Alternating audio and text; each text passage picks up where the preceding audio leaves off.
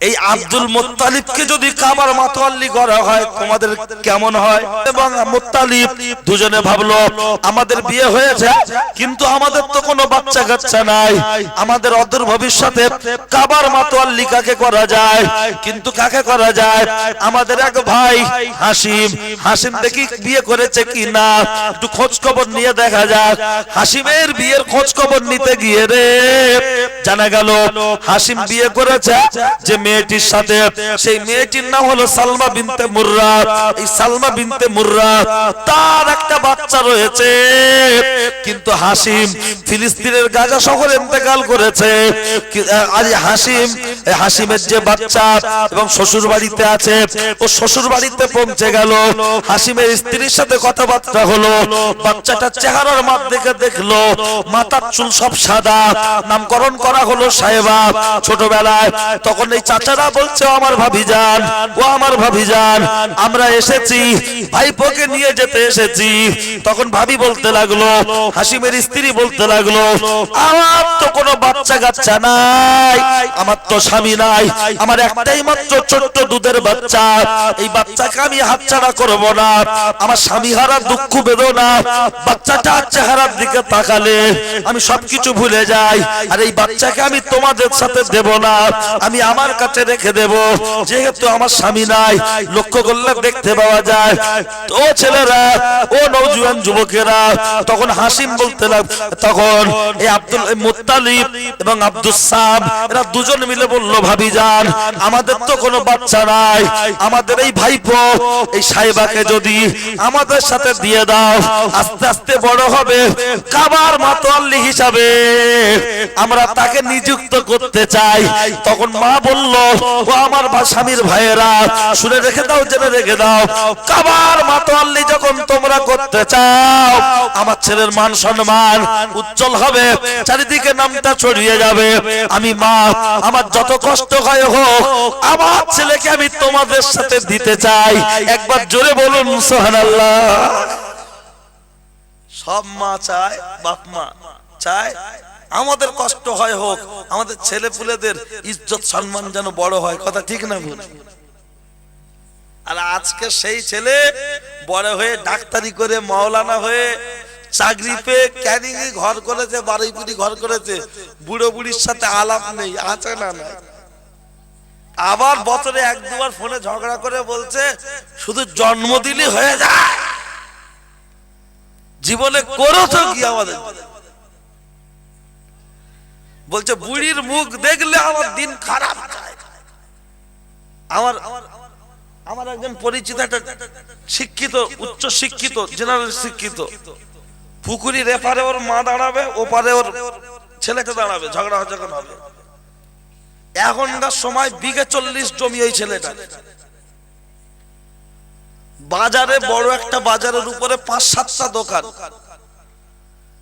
তার মাকে খেতে দেয় না, মা এপার থেকে বলবে ওপার থেকে বলবে, যেন মনে হয় দুজনে পাটি পাটি ঝগড়া হচ্ছে। কি আশ্চর্য ভাবুন, মুরগির বাচ্চা, মুরগি বাচ্চা চড়ায় এরকম করে ডানা ফুলিয়ে ঘরে, হঠাৎ মাথার উপরে সুগুন বক কাক আসলেই মুরগি মুখে একটা গুনগুন করে আওয়াজ করে, সব বাচ্চা ডানার ভিতর চলে আসে, ঠিক কি? আর ওই মায়ের কাছ থেকে কাক হোক, বক হোক আর সুগুন হোক, সহজে একটা বাচ্চা নেওয়া খুব কঠিন। কথা ঠিক না? যারা অল্প বয়সে বিধবা হয়েছে মায়েরা বাচ্চাদেরকে এইভাবে আঁচল চাপা দিয়ে নিজে না খেয়ে পেচ্ছাপের উপরে ভিজে জায়গায় শুয়ে বাচ্চাকে বুকের উপরে তুলে মানুষ করেছে। লোক বলতো তুই একটা বিয়ে শাদী কর, কতদিন নাম কষ্ট করবি? বলছে না রে বোন, ছেলেটা দেখতে দেখতে আল্লাহ বড় করে দিয়েছে, 10-11 বছর হয়ে গেল, আর বিয়ে শাদী করবো না, ও অসহায় হয়ে যাবে, ওর আব্বা চলে গেছে কি অন্য মেয়ের সাথে বিয়ে করেছে, আমি এইভাবে কাটিয়ে দেবো। আর সেই ছেলে বড় হয়ে একটা দোকান করে ভালো ইনকাম করছে, ঘুটিয়ারি একটা বিয়ে করলো, তারপরে বাড়ি বুড়ির মুখ দেখবে না বলে বারান্দায় ভালো করে কষ দিয়ে ইট দিয়ে গেতে ঘিরে নিল। এরকম সন্তান আছে না? আর আমরা আসলে বলছি আসসালামু আলাইকুম, হুজুর দোয়া করবে, ওর মাথায় বাজ পড়বে। কোনো হুজুরির দোয়া কাজ হবে না। বলবে যে তুমি ছোট হয়েছে, তোমার দোয়া কাজ না হতে পারে। এ সুফি সাহেব, আপনাদের সুফি সাহেব আছে না, ইন্তেকাল করছে আক্কাস আলী সাহেব, তাই তো নাকি? ওনার তো চারিদিকে একটা সম্মান আছে না নাই? যদি তিনিও দোয়া করতেন, আমার বাপ আমজাদ হোসেন যদি দোয়া করতেন, জানি মোস্তানজি হুজুর যদি দোয়া করতেন, কাবার ইমাম সাহেব যদি দোয়া করেন, ওর জন্য দোয়া কবুল হবে না। ও অত সহজ না, ও বোর কাছে মার খাবে, ওর মাথায় বাজ পড়বে। হ্যাঁ, আমি আজকে বলবো না, ঠিক আছে? অন্যদিন কোনোদিন হলে মনে করে দেবেন যে হুজুর মাথায় বাজ পড়বে, আপনি বলেন তো। কোনোদিন তো বলেন, কিন্তু আজকে বলে দেন, আর মনে করে দেবেন ইনশাআল্লাহ শুধু বাজ না, পেটও ফেলে দেবো।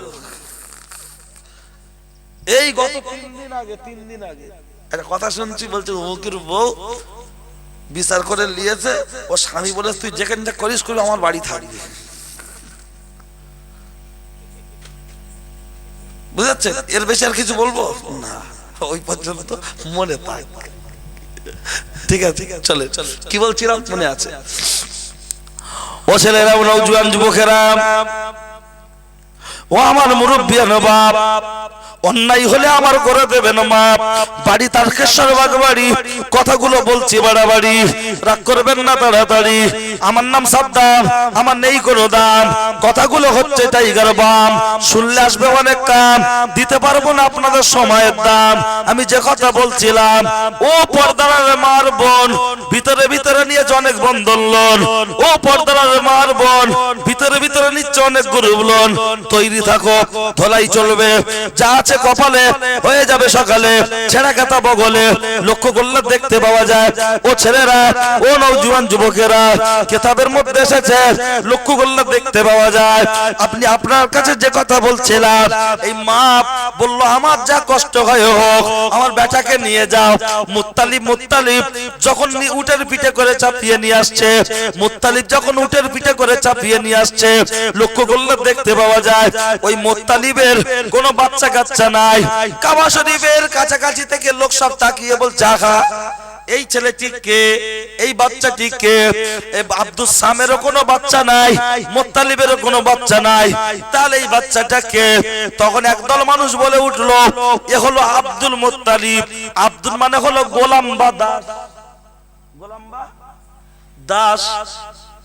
তাহলে আব্দুল মুত্তালিব, এ হলো মুত্তালিবের গোলাম বা দাস। আইন বা দাল লক্ষ্য করলে দেখতে পাওয়া যায়। তো চারিদিকে তা প্রচার হয়ে গেল, আব্দুল মুত্তালিব, আব্দুল মুত্তালিব। তাহলে আস্তে আস্তে ওই নামটা চেপে গেল। কোন নাম? সাহেবা চেপে গেল। আব্দুল মুত্তালিবটা চারিদিকে ভাইরাল হয়ে গেল। আর মুত্তালিবের আস্তে আস্তে বয়স বাড়ছে, আর আব্দুল মুত্তালিব আস্তে আস্তে মুত্তালিব আস্তে আস্তে বুড়ো হচ্ছে। আর এই আব্দুল মুত্তালিব অর্থাৎ সাহেবা থেকে কনভার্ট আব্দুল মুত্তালিব আস্তে আস্তে জন হয়ে উঠছে। এবার ওই চাচা এলাকার মানুষকে ডেকে বলল, বাবারা বাবারা বাবারা, আমার তো বয়স বাড়ছে, কাবা শরীফের দায়িত্ব এতদিন ধরে পালন করছি, এখন বলো বলো বলো বলো, আমার বর্তমানে এই কাবার মাতোয়াল্লি থাকবে কে? তার লোক কেউ কিছু বলে না, তেমন যোগ্য কাউকে পাচ্ছে না। তখন মুত্তালিব বললেন, যারা ভিডিওটি দেখছেন এখনো সাবস্ক্রাইব করেননি, তারা এখনই সাবস্ক্রাইব করুন। এআর স্টুডিও ধোসাহাট ইউটিউব চ্যানেলটিকে আরো নতুন নতুন গজলের ও ওয়াজের ভিডিও দেখুন। সবার প্রথমে লাইক, কমেন্ট ও শেয়ার করতে ভুলবেন না। ক্যামেরা ও প্রজেক্টর পর্দা মেশিন ভাড়ার জন্য যোগাযোগ করুন 9733640054 এই নম্বরে। এই আব্দুল মুত্তালিবকে যদি কাবার মাতোয়াল্লি করা হয়, তোমাদের কেমন হয়? তখন লোক বলে উঠলো, ও মুত্তালিব মুত্তালিব মুত্তালিব, ওই আব্দুল মুত্তালিব নম্র ভদ্র, কাবার মাতোয়াল্লি হওয়ার যোগ্য, অবশ্যই তাকে কাবার মাতোয়াল্লি করা হোক। আমরা সবাই সমর্থন করছি। আজ থেকে হয়ে গেল কাবার মাতোয়াল্লি আব্দুল মুত্তালিব। আমার গা মসজিদের মাতোয়াল্লি, সেক্রেটারি, ক্যাশিয়ার 6 জন নাম থাকলে তার মধ্যে 3 জন গন্ডগোল আছে না নাই? কেউ চায় না কমিটির লোক। ও তারপর বলছে ওর ক্যাশিয়ার করে দিবি। কে বলছে? বড়দা, আঙ্গা দাদা, মানে বুঝতে পারছো? কে বুঝলো? ওর মাতোয়াল্লি করে দিতে, এবার ক্যাশিয়ার করে দিতে হবে।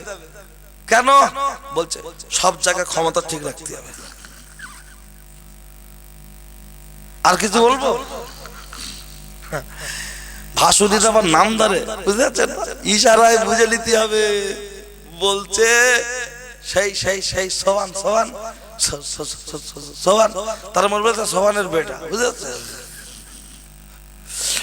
ও ছেলেরা নওজোয়ান যুবকেরা, আর ওখানে কাবার মাতোয়ালি হচ্ছে নম্র ভদ্র স্বভাব, আর এখানে যাকে বলা হচ্ছে ওকে ক্যাশিয়ার কর, ও পেশাব কর। আপনি যদি একটা ভালো মনের মানুষ হন তাহলে ভিডিওতে একটি লাইক এন্ড চ্যানেলটিকে সাবস্ক্রাইব করুন। আর হ্যাঁ বন্ধুরা, আমি এটা বলি যে সাবস্ক্রাইব করতে কোনো টাকা লাগে না, তাই কিপটামো না করে একটা লাইক এবং একটা সাবস্ক্রাইব করে দাও।